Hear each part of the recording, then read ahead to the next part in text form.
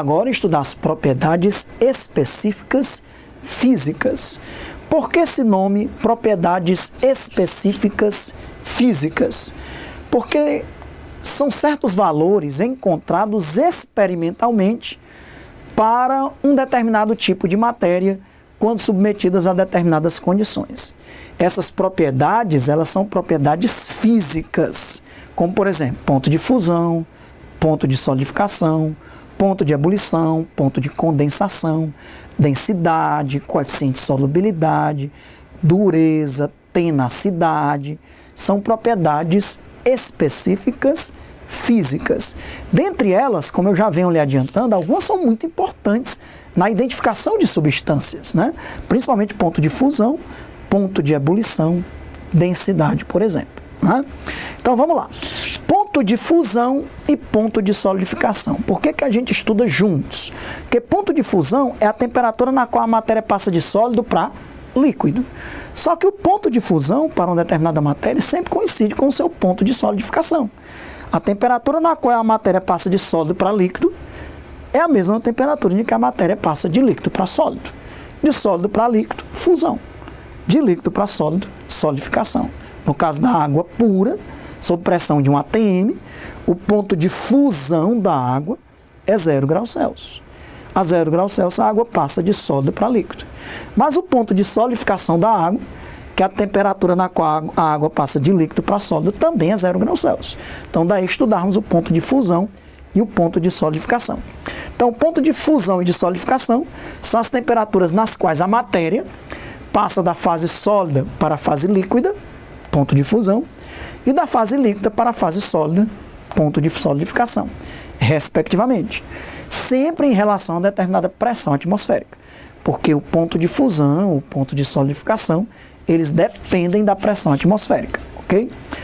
Quando a gente fala ponto de fusão normal e ponto de solidificação normal, a gente está se referindo à pressão de 1 atm, tá bom?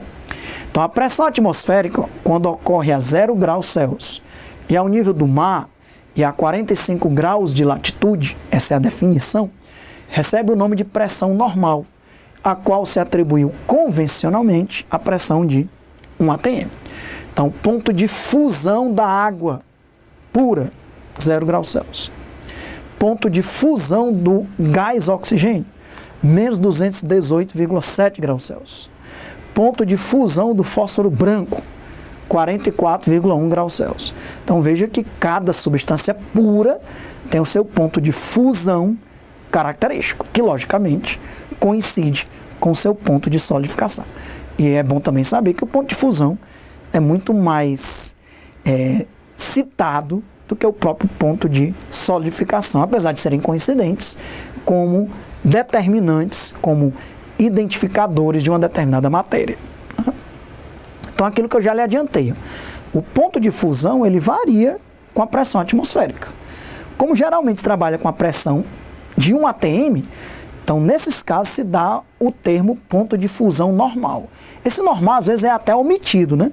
Ponto de fusão da água, 0 graus Celsius, isso sob 1 atm.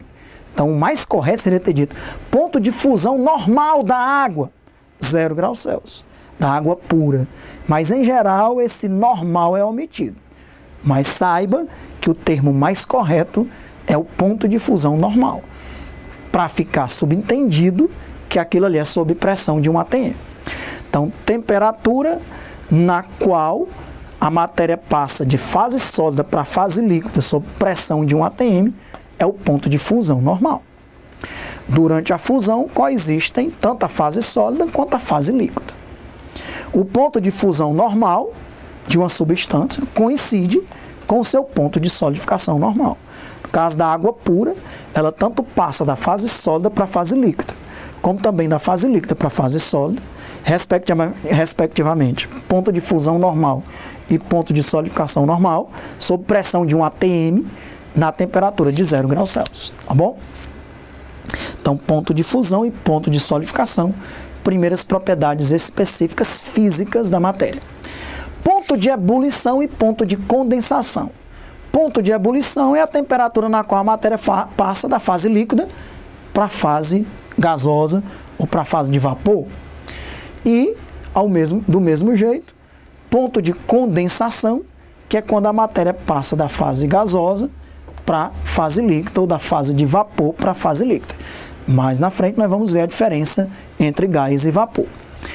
Sempre em relação a determinada pressão atmosférica. Sob pressão de 1 atm, nós vamos acrescentar o termo normal. Ponto de ebulição normal, ponto de condensação normal, que eu já lhe disse, às vezes é omitido. Então, ponto de ebulição da água pura, 100 graus Celsius. Ponto de ebulição do gás oxigênio, menos 182,8 graus Celsius. Do oxigênio, né, do O2. Ponto de ebulição do fósforo branco, 280 graus Celsius. No ponto de ebulição, o oxigênio passaria de líquido para gasoso. Então, ponto de ebulição normal é a temperatura sob pressão de 1 atm que a matéria passa da fase líquida para a fase gasosa. Ponto de condensação normal é a temperatura sob pressão de 1 atm que a matéria passa da fase gasosa para a fase líquida. Lembrando que durante a ebulição e também durante a condensação coexistem as fases líquida e gasosa. Então, ponto de ebulição normal sempre coincide com o ponto de condensação normal para uma determinada substância, para um determinado tipo de matéria. Próxima propriedade específica física da matéria é a densidade. Densidade é a relação entre a massa e o volume. Duas propriedades gerais, massa e volume, dando para nós a relação entre elas, uma propriedade específica física da matéria. Então, densidade é a relação entre a massa e o volume ocupado pela matéria. A densidade da água é 1 grama por centímetro cúbico, ou 1 grama por ml. Densidade do ferro, 7,87 gramas por centímetros cúbicos. Aquilo que eu falei. Para uma massa constante, a densidade e volume variam de modo inverso. Quanto maior o volume, menor a densidade. Quanto menor o volume, maior a densidade. Veja que a densidade do ferro é bem maior do que a densidade da água, por exemplo. Observaçãozinha, um aprofundamento. Diferenciar a densidade e massa específica. Muitas vezes esses termos são tratados como sinônimos, densidade e massa específica. Mas, na verdade, existe uma diferença entre esses dois termos, principalmente na fase sólida, ok? O que é massa específica? A massa específica é definida para um material e não para um objeto. Enquanto a densidade, ela vai variar, mesmo que seja feita por um mesmo material. A densidade de um navio de aço e a densidade de uma barra de aço são diferentes. Já a massa específica do aço é a mesma, tanto na barra de ferro como no navio. Porque massa específica é a propriedade de uma substância. E a densidade é uma propriedade do objeto. Então, para sólidos, a definição entre massa específica e densidade é bem distinta, né? Então, a massa específica é definida para o material e não para o objeto. É uma propriedade da substância e não do objeto. Repito, a massa específica de uma barra de aço e de um navio de aço é a mesma. Porque a massa específica é a massa específica do aço. Então, não existe a massa específica do navio. Existe a massa específica do aço. Ou na barra, ou no navio, que é a mesma. Agora, a densidade do navio é bem menor do que a densidade do aço. Tanto é que o navio flutua na água. Para ele flutuar na água, a densidade do navio tem que ser menor do que 1 grama por centímetro cúbico, né? Então, um objeto oco pode ter densidade muito diferente da massa específica do material que compõe aquele objeto, né? Um navio tem uma densidade muito diferente da massa específica do aço, tá bom? Agora, para líquidos e gases, as expressões densidade e massa específica acabam sendo utilizadas como sinônimos, mas para sólidos não é legal. Uma bola oca de aço tem uma densidade muito menor do que uma barra de aço. Agora, a massa específica da barra de aço e da bola oca de aço é a mesma, porque a massa específica não é a massa do objeto, não é a massa específica do objeto, é a massa específica da matéria que compõe aquele objeto, ok? Que no caso é o aço, tá bom? Então existe uma diferença entre densidade e massa específica. Quando a gente está trabalhando com sólidos, o ideal não era dizer densidade se você quer identificar a matéria, né? Já pensou você pegar uma bola oca para calcular a densidade do aço? Você vai estar calculando a densidade daquele objeto e não a densidade do aço, ok? Então, para sólidos é mais correto dizer massa específica do ferro, massa específica do aço. Quando a gente diz a densidade do ferro, a densidade do aço, não está errado não. Mas você pode ser induzido ao erro ao dizer que a densidade de um navio de aço é, portanto, menor do que 1 grama por centímetro cúbico, porque ele flutua na água, e aí dizer que aquilo ali é a densidade do aço. Não, aquilo ali é a densidade do navio e não do aço, tá bom?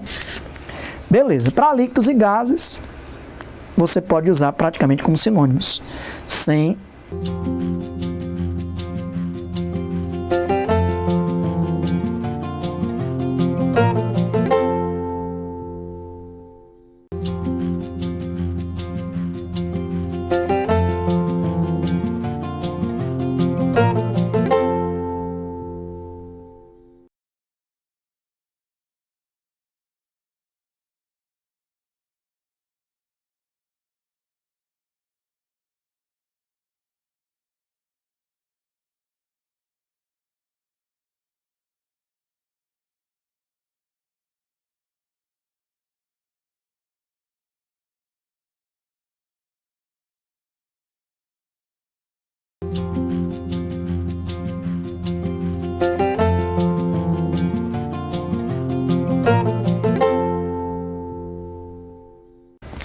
Quarta propriedade específica física é o coeficiente de solubilidade. O que é o coeficiente de solubilidade?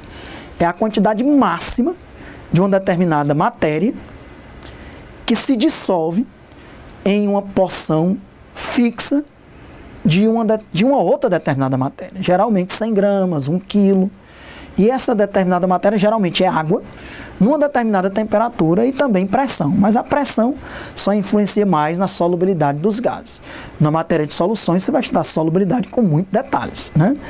De uma maneira menos genérica. O que seria coeficiente de solubilidade? É a quantidade física de soluto que se dissolve numa quantidade física de solvente, numa determinada pressão e numa determinada temperatura. Veja que aqui eu estou sendo bem genérico. É a quantidade máxima de uma matéria capaz de se dissolver numa quantidade fixa de uma outra matéria, numa determinada temperatura e pressão. Não estamos falando pressão porque a gente está imaginando a dissolução de sólidos em líquidos. Você vai ver isso no módulo de solubilidade, que quando você vai dissolver sólidos em líquidos, a pressão não é importante. Mas quando você vai dissolver gás em líquido, a pressão é fundamental.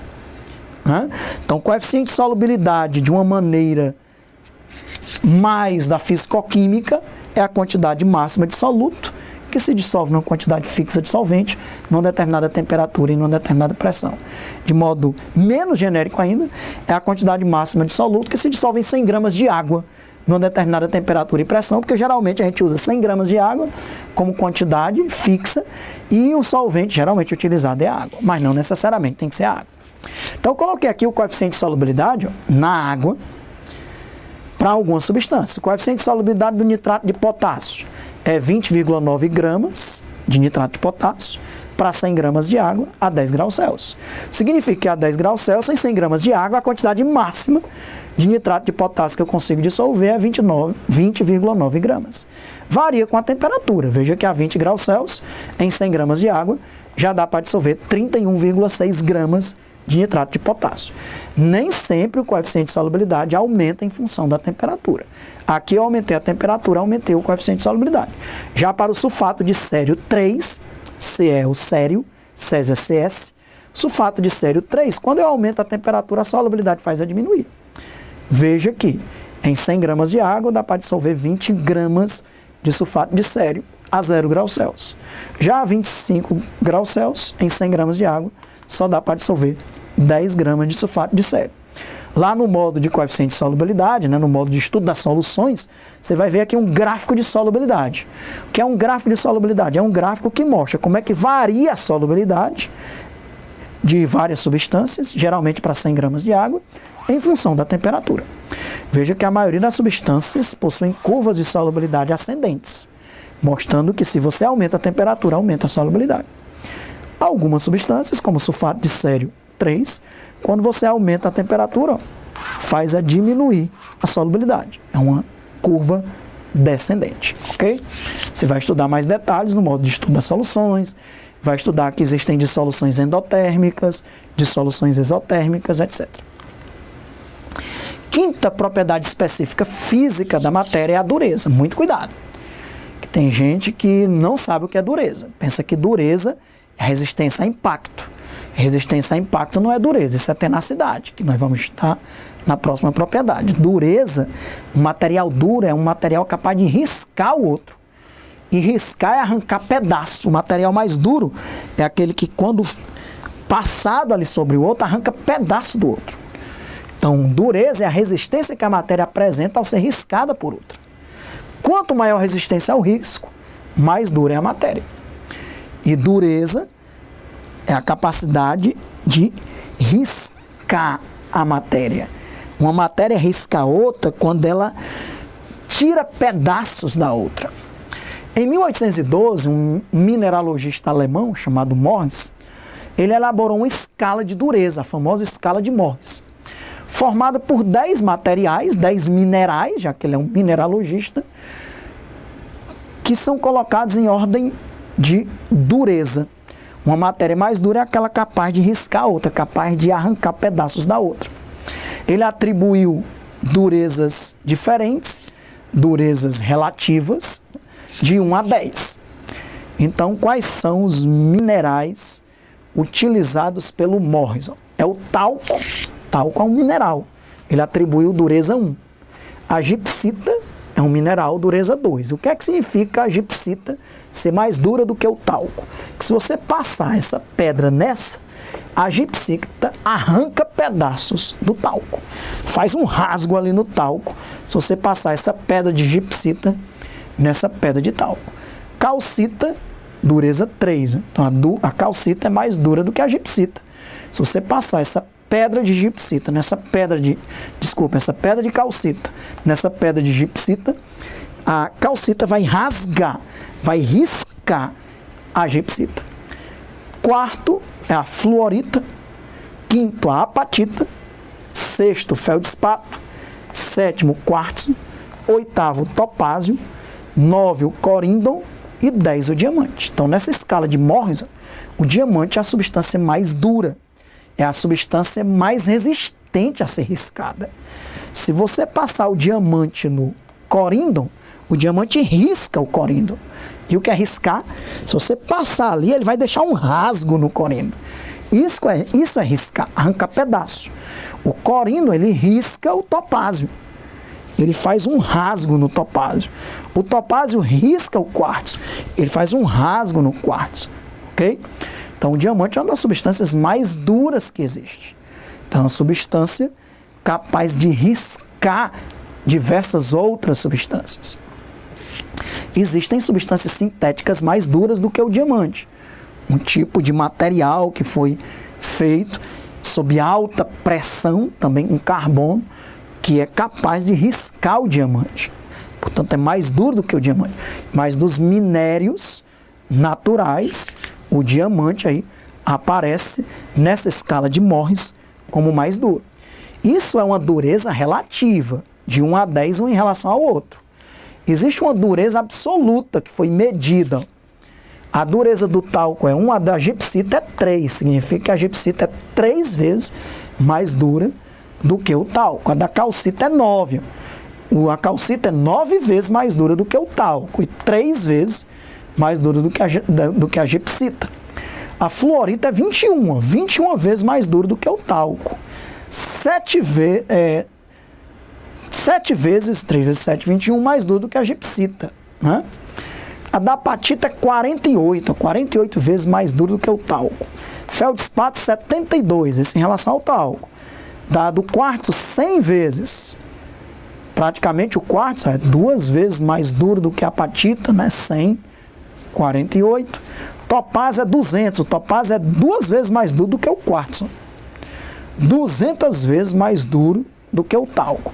Do corindo é 400. O corindo é 2 vezes mais duro do que o topázio, 4 vezes mais duro do que o quartzo, 400 vezes mais duro do que o talco.